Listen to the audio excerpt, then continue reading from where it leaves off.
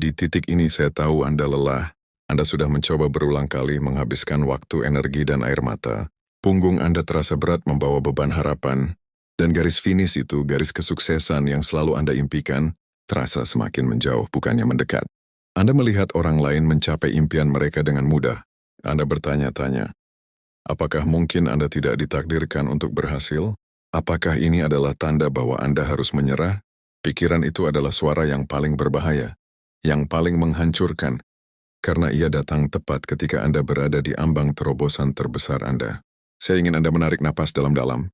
Apa yang Anda rasakan sekarang, kelelahan, keraguan, keinginan untuk berhenti, itu bukanlah kelemahan. Itu adalah bukti bahwa Anda sedang berada di pintu gerbang keberhasilan. Selama 2000 tahun, para filsuf stoik seperti Marcus Aurelius, Epictetus, dan Seneca telah mengajarkan satu hal fundamental.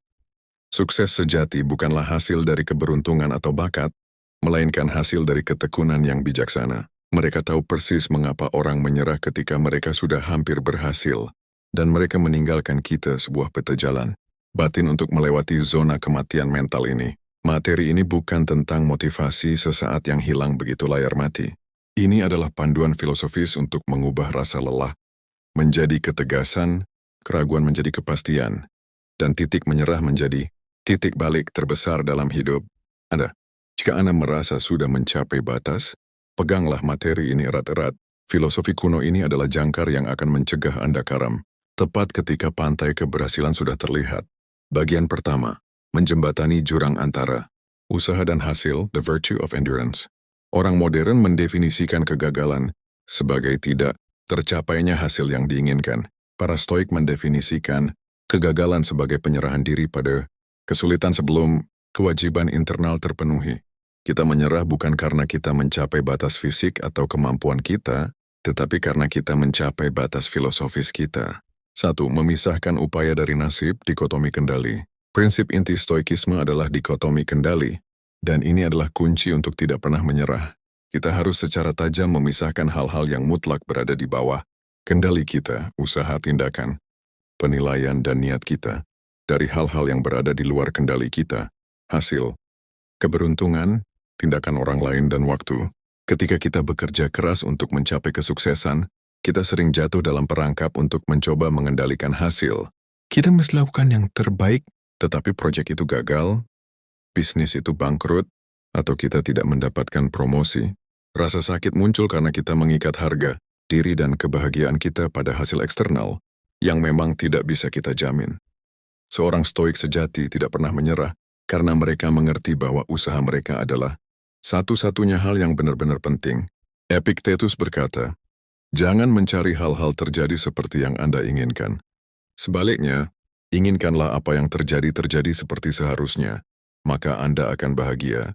Ketika Anda fokus 100% pada kualitas usaha Anda hari ini, disiplin, kejujuran, dan ketekunan, Anda telah berhasil dalam satu-satunya hal yang benar-benar bisa Anda kuasai.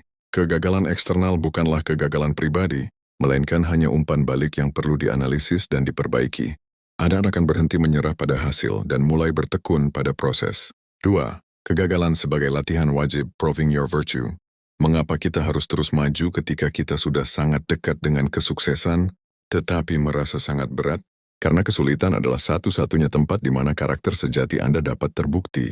Seneca berpendapat, saya menilai Anda tidak beruntung, karena Anda tidak pernah mengalami kemalangan. Bayangkan seorang atlet yang hanya berlatih di cuaca cerah dan menghadapi lawan yang lemah. Ketika hari perlombaan tiba, badai datang. Atlet itu pasti akan roboh. Kesulitan, kemunduran, atau kegagalan yang Anda hadapi sekarang bukanlah kutukan, tetapi pelatih yang keras. Mereka adalah ujian yang disengaja oleh alam semesta untuk melihat apakah niat dan karakter Anda benar-benar sekuat yang Anda katakan. Jika Anda menyerah sekarang, Anda tidak hanya kehilangan hasil yang Anda impikan, Anda kehilangan kesempatan untuk membuktikan kepada diri sendiri siapa Anda. Sebenarnya di bawah tekanan, orang yang bermental lemah akan runtuh. Orang yang bermental stoik akan melihat kesulitan ini dan berkata, ini adalah kesempatan saya untuk menunjukkan keberanian dan ketahanan. 3. Mengatasi kelelahan mental, the power of discipline. Kelelahan yang membuat kita ingin menyerah seringkali bukanlah kelelahan fisik, melainkan kelelahan pengambilan keputusan dan kelelahan emosional. Kita lelah karena terlalu banyak berpikir, terlalu banyak khawatir, dan terlalu banyak bergumul dengan keraguan. Untuk mengatasi ini, para Stoik merekomendasikan disiplin radikal. Ketika Anda merasa ingin menyerah, hentikan pemikiran yang menguras energi dan kembali pada tugas kecil di depan Anda. Marcus Aurelius mengingatkan dirinya sendiri, lakukan tugas hari ini dengan fokus, seolah-olah itu adalah yang terakhir dalam hidup. Anda jangan pikirkan seluruh perjalanan yang tersisa.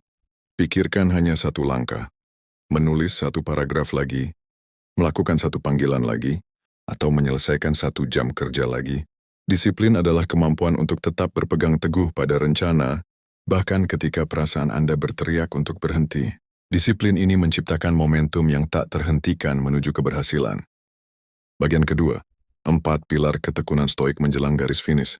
Ketika Anda berada di ambang keberhasilan, tekanan untuk menyerah akan berada di puncaknya. Inilah 4 prinsip Stoik yang harus Anda terapkan agar Anda tidak goyah. 4. Ingatlah ketidakabadian waktu, memento mori. Salah satu alat paling kuat yang digunakan Stoik untuk mendorong ketekunan adalah memento mori, atau ingatlah bahwa Anda akan mati. Ini mungkin terdengar suram, tetapi tujuannya justru sebaliknya, untuk menghargai waktu dan menginspirasi tindakan yang mendesak. Ketika Anda sudah bekerja keras untuk mencapai suatu tujuan dan merasa ingin menyerah, ingatlah bahwa waktu Anda terbatas. Apakah Anda akan membiarkan ketakutan sesaat atau kelelahan sementara merampas seluruh potensi yang telah Anda bangun? Marcus Aurelius merenungkan, Anda bisa meninggalkan hidup sekarang. Biarkan hal itu menentukan apa yang Anda lakukan, katakan, dan pikirkan. Garis finish yang Anda kejar bukanlah kesuksesan materi, melainkan karakter yang Anda bangun dalam prosesnya.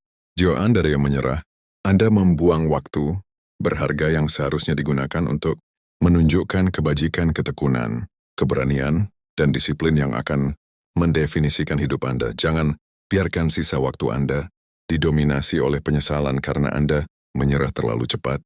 5. Mengubah rasa sakit menjadi bahan bakar, amor fati. Rasa sakit yang membuat Anda ingin menyerah harus diubah dari musuh menjadi sekutu. Stoikisme mengajarkan kita amor fati atau cintai takdir. Ini adalah penerimaan radikal terhadap semua yang terjadi, termasuk kesulitan dan rasa sakit yang menyertai perjuangan Anda. Ketika Anda merasa hampir berhasil, rasa sakitnya akan semakin tajam. Ini adalah tarikan gravitasi terakhir sebelum lepas landas. Jangan lari dari rasa sakit ini. Cintai rasa sakit itu. Cintai penolakan itu, karena itu mengajari Anda cara mempresentasikan diri dengan lebih baik. Cintai kegagalan itu, karena itu menunjukkan kelemahan dalam strategi Anda. Cintai kelelahan itu, karena itu bukti bahwa Anda telah berusaha lebih keras daripada sebelumnya. Seneca mengatakan, permata tidak dapat dipoles tanpa gesekan, demikian pula manusia tidak dapat disempurnakan tanpa cobaan. Rasa sakit yang Anda rasakan sekarang adalah gesekan yang sedang membentuk Anda menjadi sesuatu yang lebih keras, lebih tajam, dan lebih berharga. Jika Anda ada menyerah, Anda menghentikan proses pemolesan itu. 6. Bertahan di garis akhir, persist and resist. Epictetus meringkas seluruh etos ketekunan dalam 2 kata. Persist and resist. Persis, bertahan tekun. Terus lakukan tindakan positif, etis, dan disiplin yang berada dalam kendali Anda. Lanjutkan prosesnya, terlepas dari perasaan. Anda lanjutkan bekerja dengan kualitas tertinggi yang Anda bisa. Resist, menolak. Tolak godaan untuk menyerah. Tolak penilaian negatif terhadap diri sendiri. Saya tidak bisa, saya gagal. Dan tolak kekhawatiran tentang masa depan yang berada di luar kendali Anda. Ketika Anda merasa ingin menyerah, biasanya itu berarti Anda telah kehilangan keseimbangan antara 2 hal ini. Anda mungkin terus berusaha, tetapi Anda tidak menolak kritik batin yang menghancurkan. Atau Anda menolak perasaan ingin menyerah, tetapi Anda berhenti melakukan tindakan yang konsisten. Mental yang sukses adalah mental yang melakukan keduanya secara bersamaan. Bertahan dalam usaha dan menolak keputusasaan. 7. Mengubah tujuan eksternal menjadi tujuan internal. The internal scorecard. Banyak orang menyerah karena mereka mengejar apa yang disebut stoik sebagai indifference. Hal-hal eksternal yang tidak menjamin kebahagiaan sejati, uang, ketenaran, jabatan. Ketika mereka nyaris berhasil tetapi gagal, seluruh bangunan ambruk. Untuk mencapai ketekunan tanpa batas, Anda harus mengalihkan tujuan Anda dari luar ke dalam. Ubah tujuan Anda menjadi tujuan internal atau kebajikan. Bukan, saya harus menghasilkan X juta rupiah eksternal. Tetapi, saya harus menunjukkan tingkat, disiplin dan kecerdasan tertinggi dalam upaya saya menghasilkan X juta rupiah internal. Jika Anda fokus pada disiplin internal sebagai tujuan utama, maka bahkan jika Anda tidak mencapai X juta rupiah, kegagalan eksternal, Anda telah mencapai hal yang lebih penting. Anda berhasil menjadi orang yang disiplin dan tidak ada yang bisa mengambil pencapaian karakter itu dari Anda. Dengan si fokus internal ini, Anda tidak pernah benar-benar gagal selama Anda menunjukkan kebajikan. Inilah rahasia mengapa seorang stoik dapat terus maju tanpa batas. Mereka tidak menyerah karena mereka tahu bahwa setiap hari adalah kesempatan baru untuk memenangkan permainan internal terlepas dari skor papan luar. Bagian ketiga, menuju kemenangan sejati yang abadi. Pada akhirnya, stoikisme mengajarkan bahwa kesuksesan sejati bukanlah tujuan akhir, melainkan kualitas perjalanan yang Anda tempuh. Ketika Anda merasa sudah sangat dekat dengan keberhasilan tetapi beban terasa paling berat, ingatlah pesan terakhir ini dari para filsuf kuno. Anda bukan budak perasaan Anda. Perasaan lelah, ragu, dan ingin menyerah hanyalah kesan atau impulse yang muncul di pikiran Anda. Anda tidak perlu mematuhinya. Seorang stoik adalah penguasa pikiran dan emosinya. Tanyakan pada diri Anda, apakah perasaan ini ingin menyerah selaras dengan karakter yang ingin saya bangun, orang yang tekun? Jawabannya akan selalu tidak. Jadilah tipe orang yang tidak menyerah. Jangan hanya berusaha untuk mencapai tujuan Anda. Berusahalah untuk menjadi tipe orang yang tidak menyerah. Seringkali Anda berhenti bukan karena tugas itu terlalu sulit, tetapi karena Anda berhenti mengidentifikasi diri Anda sebagai orang yang mampu menyelesaikan tugas sulit.